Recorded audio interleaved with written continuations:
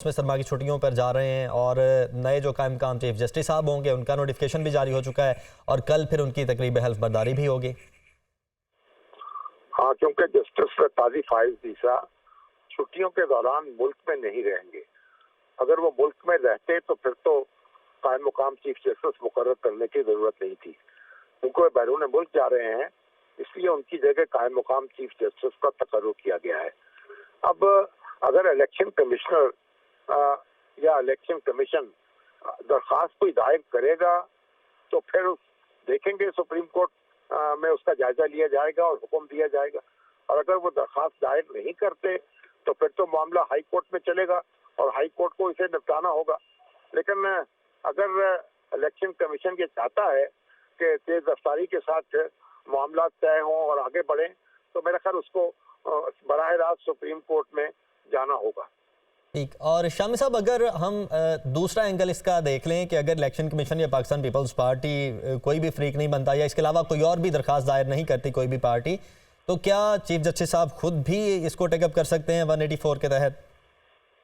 नहीं, वो तो मेरा ख्याल है कि उनका इरादा तो मेरा ख्याल नहीं होगा। और वो तो बार बार ये कह रहे हैं कि वो कम से कम चाहते हैं कि इस तरह का सुओ मोटो नोटिस लिया जाए और उसके लिए भी फिर 3 जजों की कमेटी है, वो फैसला करेगी। चीफ जस्टिस साहब अकेले फैसला तो नहीं करेंगे। तो मेरा ख्याल है कि शायद नौबत इस तक ना आए और बाकायदा कोई दरखास्त दायर हो जाए या फिर हाई कोर्ट जो है इस मामले में अपने हुक्म को अब मनसूख कर दे, सिंगल बेंच का जो हुक्म है। लेकिन वो तो फिर अब मंडे को 18 तारीख को होगा।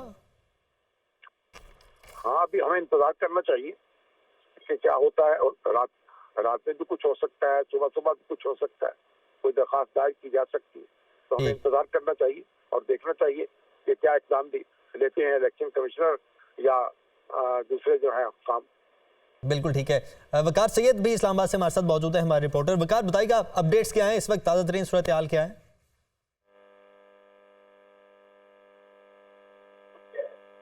वकार, आप सुन पा रहे हैं? जी जी जी, बताइएगा इस वक्त क्या सिचुएशन चल रही है? जी बिल्कुल, जो इलेक्शन कमीशन ऑफ पाकिस्तान ने गुज़श्ता रोज और आज सुबह जो है वो अपनी मुशावरत जो है वो मुकम्मल कर ली थी इस मामले पर।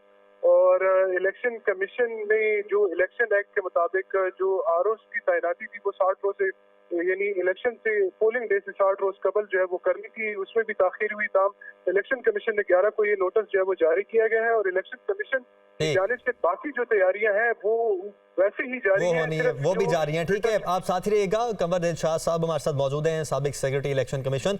कमर साहब, जब पहले हमारी बात हो रही थी तो उस वक्त ये डिस्कशन चल रही थी कि शायद जो इलेक्शन कमीशन है वो दरखास्त देगा या नहीं देगा। तो अब डेवलपमेंट ये हो चुकी है कि इलेक्शन कमीशन की जानिब से भी ये इरादा है कि वो भी दरखास्त दायर करे और पाकिस्तान पीपल्स पार्टी भी इरादा रखती है कि दरखास्त दायर की जाए। हमारे रिपोर्टर्स भी वहाँ पर मौजूद हैं और वो भी यही हमें अपडेट कर रहे हैं, इतला दे रहे हैं। अब कैसे देखते हैं आप इस तमाम तर सिचुएशन को? देखिए, मुझे तो ये नजर आ रहा है कि ठीक है, इलेक्शन कमीशन पाकिस्तान और बाकी जो सियासी पार्टियां जो लाहौर हाई कोर्ट के फैसले को चैलेंज कर रही है, ये बड़ा दुरुस्त कदम है आइन के मुताबिक।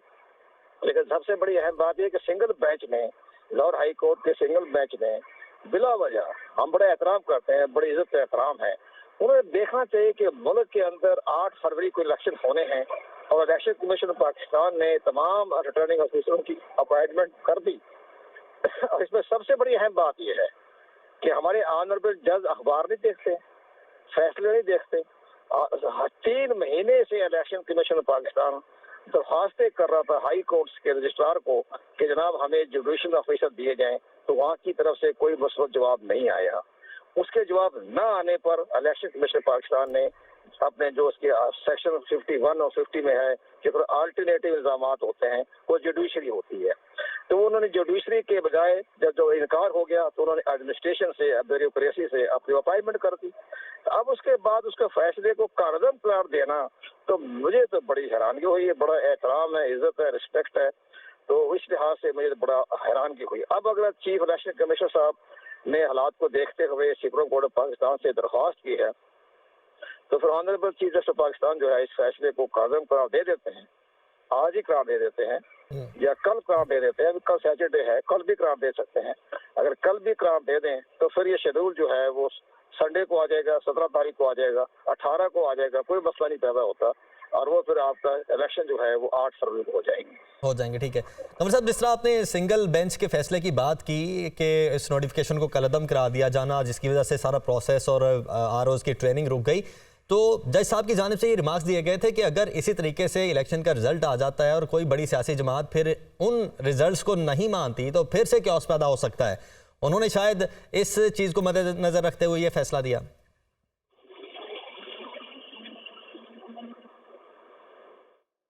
कंवर साहब, आप साथ मौजूद हैं? आप सुन पा रहे हैं?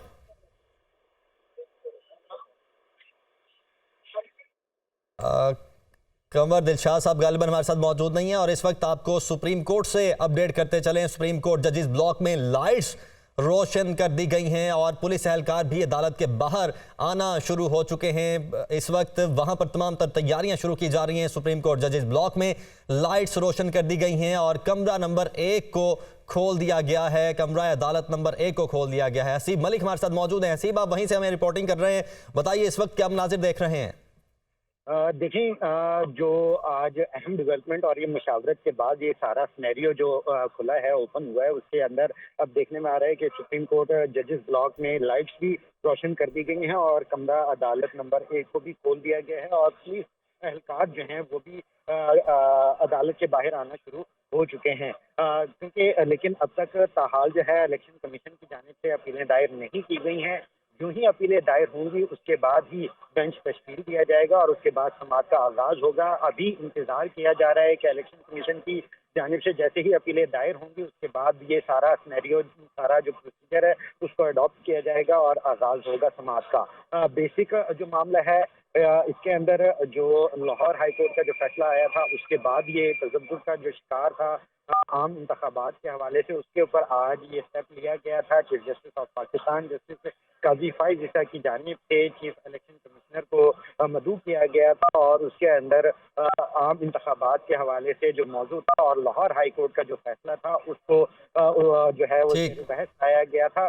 तो ये अब जो है अहम डेवलपमेंट सामने आई है। कमरा नंबर 1 खोल दिया गया है, लाइट्स ओपन कर दी गई हैं और जैसे ही इलेक्शन कमीशन की ठीक है, लाइट्स ऑन कर दी गई हैं। हसीब, आप साथ ही रहिएगा। मुजीबुर रहमान शामी साहब हमारे साथ मौजूद हैं के जो मनाजिर हैं और जो सुप्रीम कोर्ट के मनाजिर हैं इस वक्त के, वो तो हसीब हमें बता रहे हैं। कमरा नंबर 1 का जो है उसका दरवाज़ा खोल दिया गया है, लाइट्स भी रोशन कर दी गई हैं।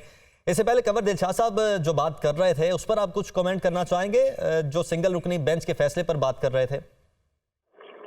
देखिए, जो फाजिल जज साहब ने ये ऑब्जर्वेशन दी कि अगर कोई जमात जो है वो बाहर रह जाए या इंतखाबी इंतजाम से मुतमईन ना हो तो फिर इंतखाबी अमल जो है वो मशकूक हो सकता है, कमज़ोर हो सकता है।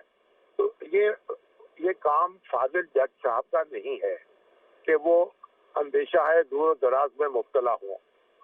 अदलिया का काम ये है कि जब कोई दरख्वास्त उनके सामने आए तो उसके बारे में फैसला करे आईन और कानून के मुताबिक। तो जो दरख्वास्त उनके पास थी उस पर उन्होंने फैसला कर दिया और अगर कोई दूसरी सिचुएशन पैदा होगी तो जो फैसला वो चाहें उस वक्त कर दें। तो इस वक्त असल बात यह है